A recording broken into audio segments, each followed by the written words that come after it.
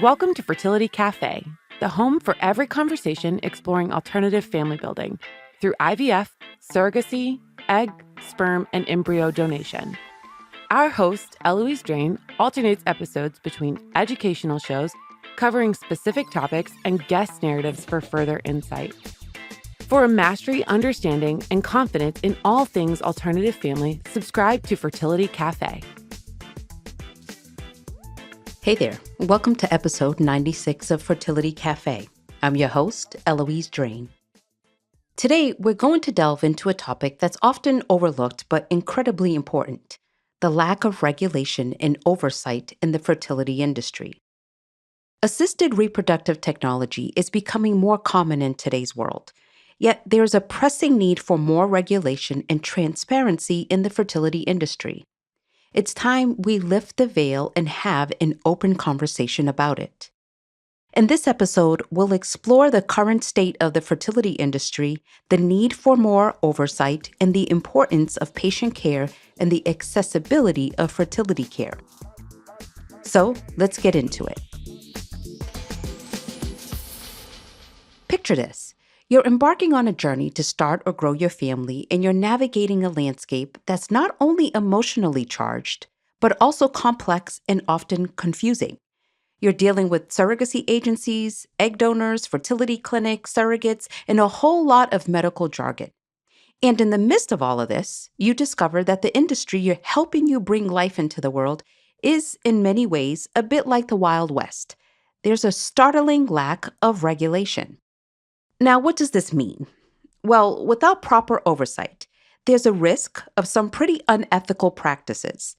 We're talking about potential exploitation of surrogates and egg donors and inadequate care for patients. And just to be clear, surrogates and egg donors are not just service providers. They're individuals whose health and well-being should always be a top priority. And then there's the issue of misinformation. Without clear, standardized guidelines, it's all too easy for confusion and misunderstanding to creep in. This can lead to uninformed decisions, unrealistic expectations, and a whole lot of unnecessary stress. To set the stage, let's look at some compelling statistics. Reproductive problems in both men and women are rising at an alarming rate. The whole spectrum of reproductive problems in males is increasing by about 1% per year in Western countries. This includes declining sperm counts, decreasing testosterone levels, increasing rates of testicular cancer, and a rise in the prevalence of erectile dysfunction. I mean, maybe 1% per year isn't really a big deal, but it is. It adds up to more than 10% per decade and more than 50% over 50 years. When you consider that sperm counts declined by 50% in just 40 years, it's difficult to deny or discount how alarming this is. Female infertility is a widespread concern, affecting approximately 12% of women aged 15 to 44 in the U.S., according to the CDC, and 10% of the reproductive age population, as reported by the American Society for Reproductive Medicine. Globally, between 48 million couples and 186 individuals suffer from infertility, according to the World Health Organization. Common causes of female infertility include polycystic ovary syndrome, PCOS, affecting 6 to 12% of women in reproductive age in the U.S., and endometriosis, impacting around 1 in 10 women during their reproductive years, or approximately 176 million women worldwide, as reported by the World Endometriosis Research Foundation. Miscarriage rates are also increasing by about 1% per year in the U.S., and so is the rate of gestational surrogacy. The World Health Organization recently released an article that stated a large number of people are affected by infertility in their lifetime. Around 17.5% of the adult population, roughly 1 in 6 worldwide, experience infertility, showing the urgent need to increase access to affordable, high-quality fertility care for those in need. The fertility industry is a booming business, but it's also a field that lacks regulation and transparency. This is particularly true when it comes to third-party reproduction. When we talk about the fertility industry, we're talking about a vast network of services, technologies, and professionals. It's an industry that's been growing rapidly thanks to advancements in medical technology and changing societal attitudes towards family building. But with this rapid growth, there's been a struggle to keep up in terms of regulation and oversight. Let's consider the professionals involved in this industry. We have fertility doctors, nurses, embryologists, agencies, mental health professionals, and legal experts, to name a few. Each of these roles is critical in the fertility journey, and each requires a high level of expertise and ethical conduct. Yet, without proper regulation, there's a risk that some individuals or organizations might fall short of these standards, leading to subpar care or even harm to patients. And then there's the technology. Assisted reproductive technologies, ART, have revolutionized fertility care, offering hope to many who might otherwise be unable to conceive. But these technologies also raise complex ethical and legal questions. For instance, what happens to unused embryos? Who has the right to use stored genetic material after a divorce or death? Without clear regulations, these questions can lead to legal battles and an emotional turmoil for those involved. The fertility industry also intersects with other industries, such as insurance and pharmaceuticals. The cost of fertility treatments can be prohibitive, and insurance coverage is often inadequate. This can lead to disparities in access to care, with only those who can afford out-of-pocket expenses able to pursue certain treatments. And then there's the role of pharmaceutical companies, which produce the hormones and other medications used in fertility treatments. Without regulation, there's a risk of price gouging, leading to even higher costs for patients. Another critical issue is the lack of insurance benefits for fertility treatments. While some insurance plans do cover certain treatments, many do not.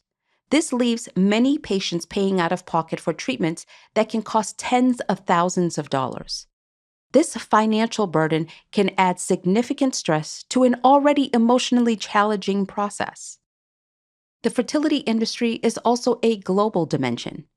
Fertility tourism is a growing trend, with individuals and couples traveling to other countries for treatments that are cheaper or simply available when they are not in their home country.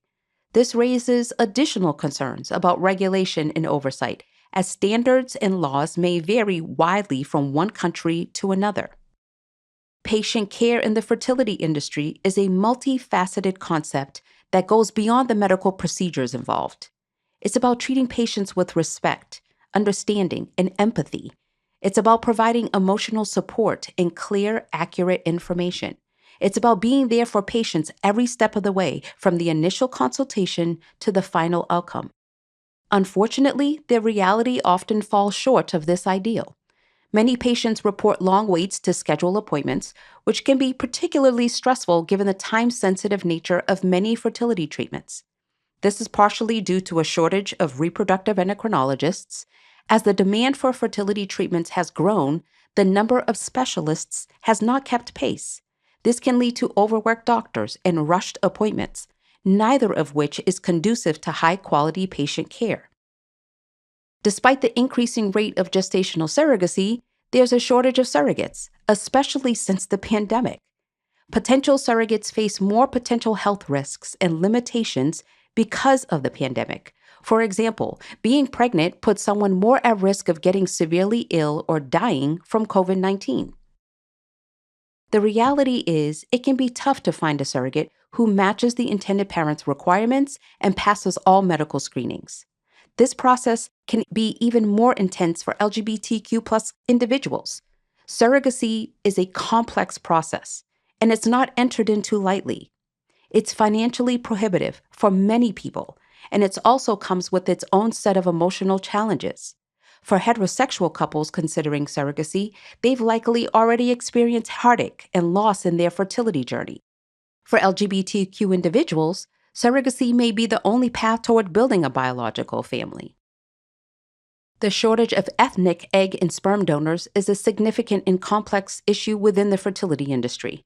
Factors like cultural and societal stigma misconceptions about donor responsibilities, and a general lack of awareness about the donation process have contributed to a lower number of donors from various ethnic backgrounds.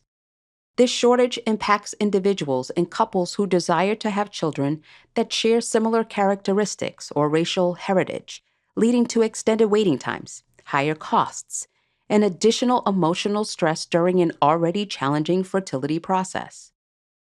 To address this, comprehensive efforts are needed to raise awareness, revise possible restrictive regulations, and increase understanding and openness about the donation process within diverse ethnic communities. The overturning of Roe v. Wade, the landmark Supreme Court decision that legalized abortion in the United States, could also have significant implications for fertility care. While the primary focus of the debate around Roe v. Wade is on abortion rights, the decision also underpins the legal framework for many fertility treatments. Roe v. Wade, the 1973 Supreme Court decision that recognized the constitutional right to privacy, extended to a woman's right to make her own personal medical decisions, including the decision to have an abortion. The ruling has been a significant landmark for women's rights and reproductive health. While often associated primarily with abortion rights, Roe v. Wade has a broader impact on reproductive health and fertility treatments. For example, treatments like in vitro fertilization, IVF, involve the creation and manipulation of embryos outside of the body. This is a process that can challenge traditional beliefs about conception and pregnancy and might be regulated more heavily or possibly even prohibited if the legal principles underlying Roe v. Wade were overturned or significantly altered. Another important aspect is that if the scope of Roe v. Wade is narrowed, it could provide states more leeway to enact laws limiting access to specific fertility treatments or to regulate them more heavily. Some of these laws could limit certain types of research or impose additional requirements on fertility clinics, potentially making treatments more expensive or less accessible for many people. Furthermore, legal principles affirming reproductive autonomy also protect the rights of individuals and couples to access fertility preservation treatments, such as egg freezing or sperm banking. These methods are particularly important for individuals facing treatments like chemotherapy that could impact their future fertility, or for those who wish to delay childbearing for personal or professional reasons. Next, there's an urgent need to address misinformation in the fertility industry. Many patients report feeling overwhelmed by the sheer volume of information available online, much of which is conflicting or misleading. That's why patient education is so critical. Patients need access to reliable, evidence-based information to make informed decisions about their care. They also need support in interpreting this information and applying it to their unique situation. But education should not be the responsibility of patients alone. Professionals in the fertility industry also have a role to play. They need to be well informed about the latest advances in fertility care, and they need to be able to communicate this information effectively to patients. This requires ongoing training and professional development, which should be a standard part of any fertility care practice. In terms of accessibility, there are a few key issues to consider. First, fertility treatments need to be affordable. This can be achieved through insurance coverage, government funding, or innovative pricing models. Second, fertility care needs to be available to all, regardless of sexual orientation, gender identity, marital status, or socioeconomic status. This means removing barriers to care and creating inclusive, welcoming environments. Patients need access to the full range of fertility treatments, from basic testing to advanced procedures like IVF and egg freezing. The need for regulation in the fertility industry is not just about preventing unethical practices.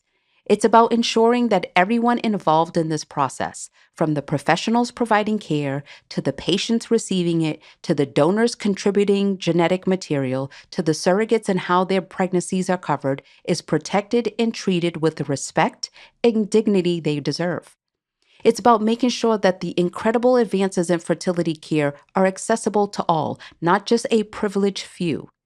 And it's about navigating the complex ethical and legal terrain of assisted reproduction with care and oversight.